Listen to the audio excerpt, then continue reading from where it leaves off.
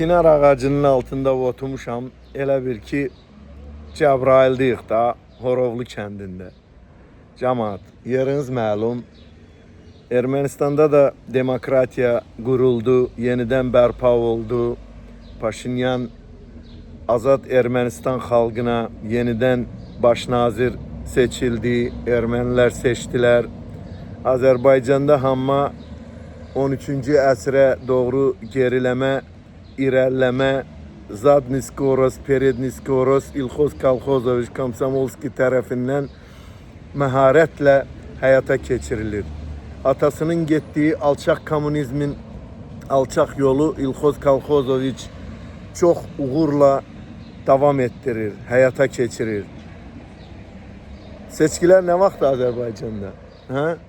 Ermənistandan öyrənmək şansı da düşdü Azərbaycanın əlinə. Amma öyrənməyəcək. Çünki Azərbaycanda diktatura tuğyan edir. Əli Paşayevlər sülaləsi hakimiyyəti heç vaxt öz xoşlarıyla, seçki yoluyla, referendum yoluyla, xalqın istəyi ilə, müxalifətin varlığı və yoxluğu ilə həyata keçirməyəcək. Bu sülalə ancaq pazdanmaqdan başqa yolu seçməyib. İllərdir biz bunu deyirik, amma siz nəysə bizi eşitmək istəmirsiniz. Axı nə etməliyik ki, bizi eşidəsiniz ki?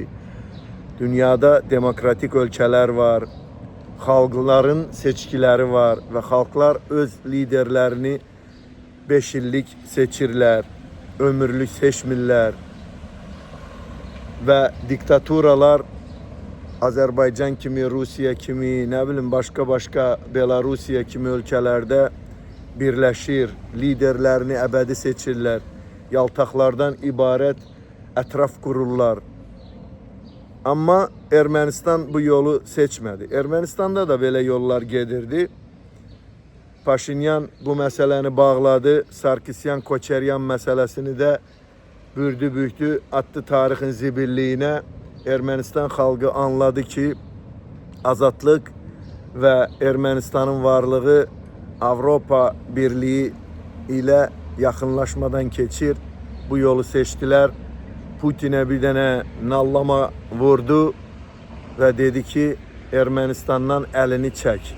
Amma Azərbaycan hələ də manipulyasiyalarla hakimiyyətdə qalmaq üçün Əli Paşayevləri dəstəkləyir Azərbaycan adından. Amma belə görünür ki, xalqımız da heç narazı deyil bu sülalədən. Əlbəttə ki, 5-6% çıxmaq şərti ilə 5-6% də iş görmək olmur.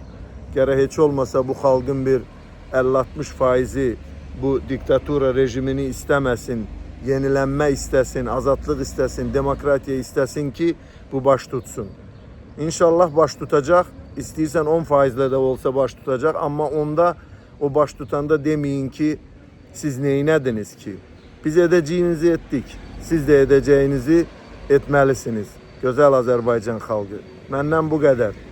Biraz qəliz danışdım, amma məni anlayanlar, artıq məni izləyənlər mənim stilimi bilirlər.